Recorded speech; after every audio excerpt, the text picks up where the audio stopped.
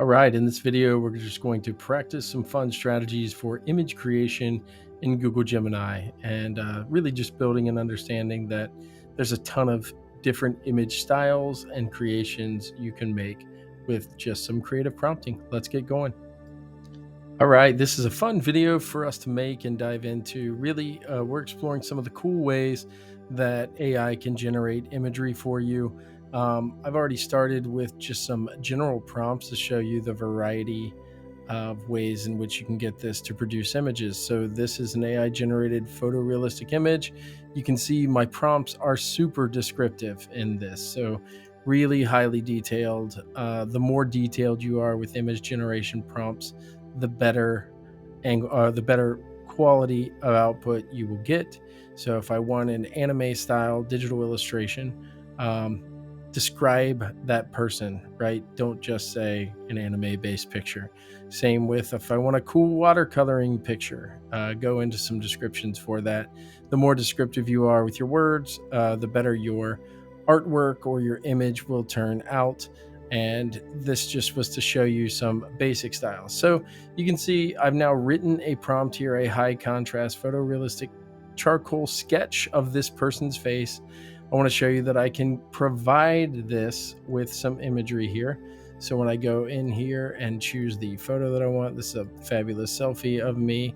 There we go. And we're just going to hit submit, and it will be able to take whatever you've given it image wise and make adjustments to that as well. So if there's a photo you already want to work with, this new image model in Gemini is the equivalent of Photoshop essentially with Word. So we're going to see a nice little charcoal sketch version of that.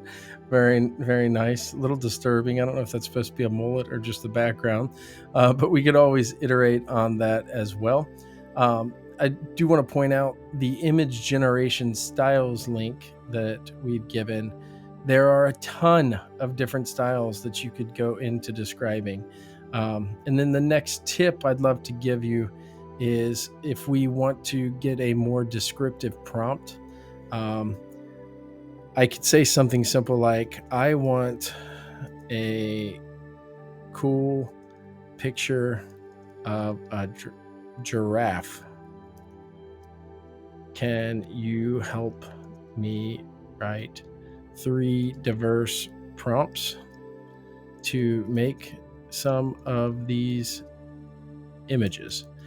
We can ask AI for help in writing the prompts as well. So maybe you're not the most descriptive writer, but this will give me 3 different prompts that it writes for us, and then we'll be able to see if any of those are a prompt that we want to use and turn in.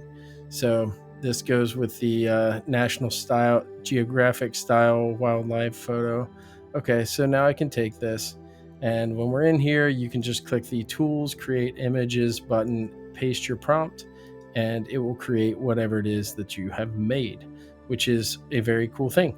And it works pretty quickly as well, so it's able to generate all sorts of images. You might be wondering, well, what's the value of this? You can create a custom image to illustrate a point. It can represent thinking. It could be something from a learning objective that you have. A good example, I used to teach science and had a heck of a time always finding illustrations that had all the organisms I wanted from an ecosystem. With AI image generation, you can do that relatively easy.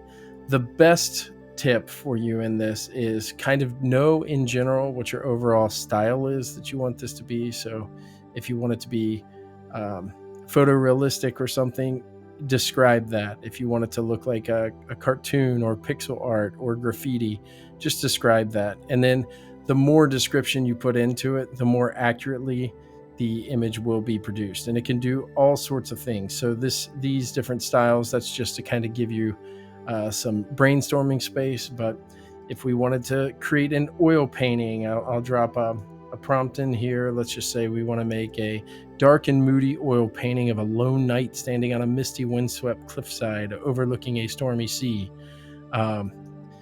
I just need to have a descriptive prompt and it will give me the image that I need. A lot of fun ways to integrate this too. If you wanted a picture of your administrative team dressed as cowboys, right? Give it a regular picture of your team. Ask it to turn that into an image of you guys all as cowboys, or a cartoon or anime version of your team to illustrate a point. You can do all sorts of stuff with image generation, and it's really, really high quality, really good right now.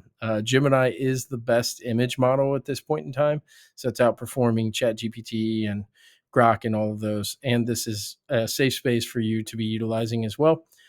So that is just a quick overview of image generation. Use it to spice up presentations, use it to illustrate a point, use it to support learning, use it to represent people's feelings about a topic, all sorts of ways that you can bring image generation, either you yourself doing it or asking others do it to pair with their thinking. Lots of cool things possible with that. Hope this is helpful.